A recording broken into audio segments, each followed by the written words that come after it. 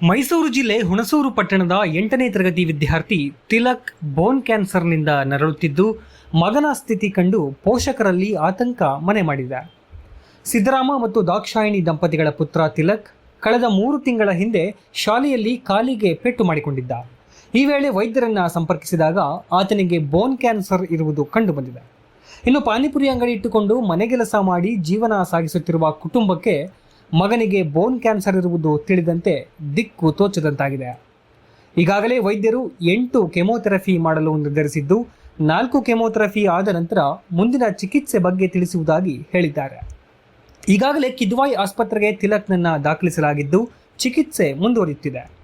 ಇದರ ಮಧ್ಯೆ ಆರ್ಥಿಕವಾಗಿ ಸಂಕಷ್ಟಕ್ಕೆ ಸಿಲುಕಿರುವ ಬಾಲಕನ ಕುಟುಂಬ ಮಗನ ಚಿಕಿತ್ಸಾ ವೆಚ್ಚಕ್ಕೆ ಸಹಾಯ ಹಸ್ತ ಚಾಚಿದೆ.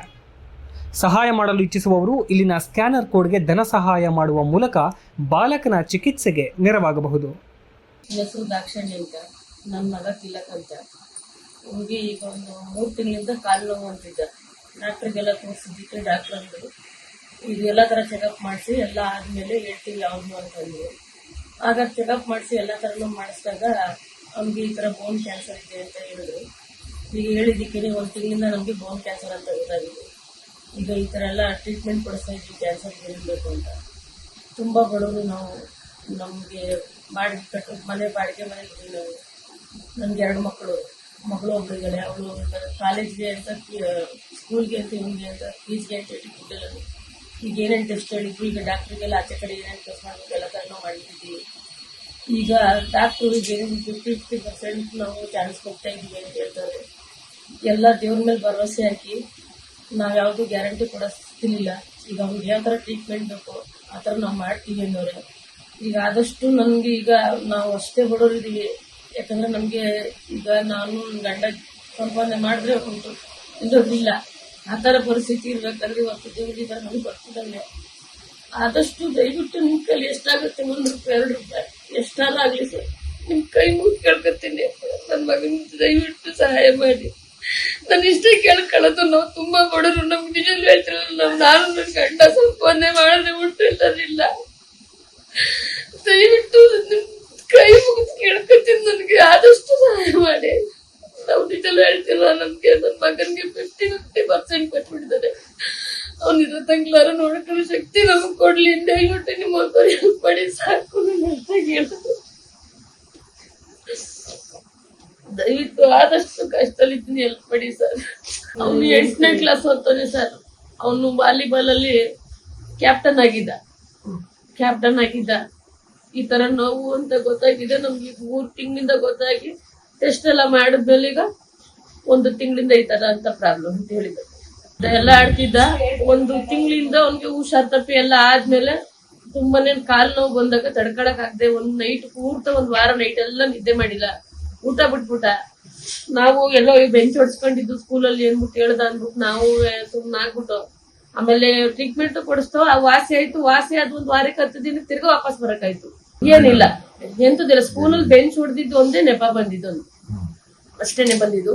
ಅದಾದ್ಮೇಲೆ ನೋವು ಅನ್ಕೊಂಡು ನಾವು ಆಮೇಲೆ ಮೂಳೆ ಡಾಕ್ಟರ್ ಕರ್ಕೊಂಡೋಗಿ ತೋರ್ಸಿದ್ಮೇಲೆ ಅವರು ಎಕ್ಸ್ರೇ ತೆಗ್ದಾಗ ಎಕ್ಸ್ರೇಲಿ ಏನೂ ತೊಂದರೆ ಕಾಣಿಸ್ತಾ ಇಲ್ಲ. ನೀವು MRI ಸ್ಕ್ಯಾನಿಂಗ್ ಮಾಡಿಸಿ ಜಯದೇವ್ ಹಾಸ್ಪಿಟ್ಲ್ ಬರೀತೇವೆ ಅಂದ್ಬಿಟ್ಟು ಅಲ್ಲೂ ಬರೆದ್ರು.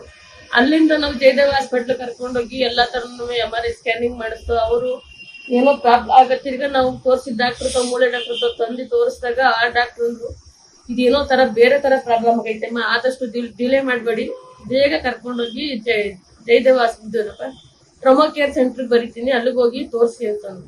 ಮೂಳೆ ಡಾಕ್ಟರ್ ತೋರಿಸಿ ಅಂದ್ರು. ಅಲ್ಲಿ ಡಾಕ್ಟರ್ ಎಲ್ಲ ನೋಡ್ಬಿಟ್ಟು ಇದು MRI ಸ್ಕ್ಯಾನಿಂಗ್ ಎಲ್ಲ ನೋಡಿ ಮಾಡಿ ಆಮೇಲಿಂದ ಇದು ಬೇರೆ ತರ ತೊಂದರೆ ಐತೆ ಬ್ಲಡ್ ಚೆಕಪ್ ಬರೆದ್ರು. ಅದನ್ನ ತಗೊಂಡೋಗಿ ಬ್ಲಡ್ ಎಲ್ಲ ಚೆಕಪ್ ಮಾಡಿ ಎಲ್ಲ ಮಾಡಿದ್ಮೇಲೆ ರಾಜಕುಮಾರಿ ಕೇರ್ ಸೆಂಟರ್ ಅಂತ ಐತೆ, ಟ್ರಾಮಾ ಕೇರ್ ಸೆಂಟರ್ ಹಿಂಭಾಗದಲ್ಲಿ. ಅಲ್ಲಿ ಬರ್ದಾಗ ಅಲ್ಲಿ ಹೇಳಿದ್ರು ಡಾಕ್ಟರ್ ಶ್ರೀನಿಧಿ ಡಾಕ್ಟರ್ಗೆ ಅಂದ್ಬಿಟ್ಟು ಬರೆದ್ರು. ಆ ಶ್ರೀನಿಧಿ ಡಾಕ್ಟ್ರು ಒಂದು ಸೂಜಿ ಪರೀಕ್ಷೆ ಮಾಡಿಸಿ ಪರೀಕ್ಷೆಯಲ್ಲಿ ಏನ್ ಬರುತ್ತೆ ನೋಡಕ್ಕಾಯ್ತದೆ ಅಂದ್ಬಿಟ್ಟು ಲಾಸ್ಟ್ ಪರೀಕ್ಷೆಗೆ ಹೇಳಿದ್ರು. ಆ ಲಾಸ್ಟ್ ಪರೀಕ್ಷೆ ಮಾಡಿಸಿದಾಗ ನನ್ನ ಮಗನ್ಗೆ ಈ ತರ ಅಂತ ಪ್ರಾಬ್ಲಮ್ ಅಂತ ಗೊತ್ತಾಗಿದೆ ಸರ್. ಇಲ್ಲ ಸರ್, 50% ಕೊಟ್ಟಿದ್ದಾರೆ. 8 ಕೀಮೋ ಮಾಡ್ಬೇಕು ಅಂದಿದ್ದಾರೆ. ಸರ್ಜರಿ ಬೇರೆ ಮಾಡ್ಬೇಕು ಅಂದವ್ರೆ. 8 ಲಕ್ಷ ಗಂಟ ಆಗ್ಬೋದು ಅಂತ ಅಂದಿದ್ದಾರೆ. ನಾವು ಆ ತರ ಪರಿಸ್ಥಿತಿನಿಂದ ಮೆಡಿಸನ್ ಈಗ ಇಂಜೆಕ್ಷನ್ ಕೊಡಕ್ ಹೇಳಿದ್ದಾರೆ. ಆಮೇಲೆ ಕೀಮೋ ಒಂದು 3 ವಾರದ ನಂತರ ಒಂದ್ಸಲ ಮಾಡಿಸ್ಬೇಕು. ಆ ಕೀಮೋ 8 ಕೀಮೋ ಹೇಳಿದ್ದಾರೆ. 4 ಕೀಮೋ ಆದ್ಮೇಲೆ ಅವ್ನಿಗೆ ಎಲ್ಲಾ ತರ ತಿರ್ಗಾ ಪರೀಕ್ಷೆ ಎಲ್ಲ ಮಾಡಿಸಿ ಎಲ್ಲ ಆದ್ಮೇಲೆ ತಿರ್ಗಾ ಆದಷ್ಟು ಹೇಳ್ತೀವಿ ಅವ್ನ ಬಾಡಿ ಯಾವ ತರ ರಿಕವರ್ ಆಗೈತೆ ಅದ್ರ ಮೇಲೆ ನಾವು ಸರ್ಜರಿ ಹೇಳ್ತೀನಿ ಅಂತ ಹೇಳ್ತಾರೆ ಸರ್. ಇನ್ನೇನು ಕೇಳಲ್ಲ ಸರ್.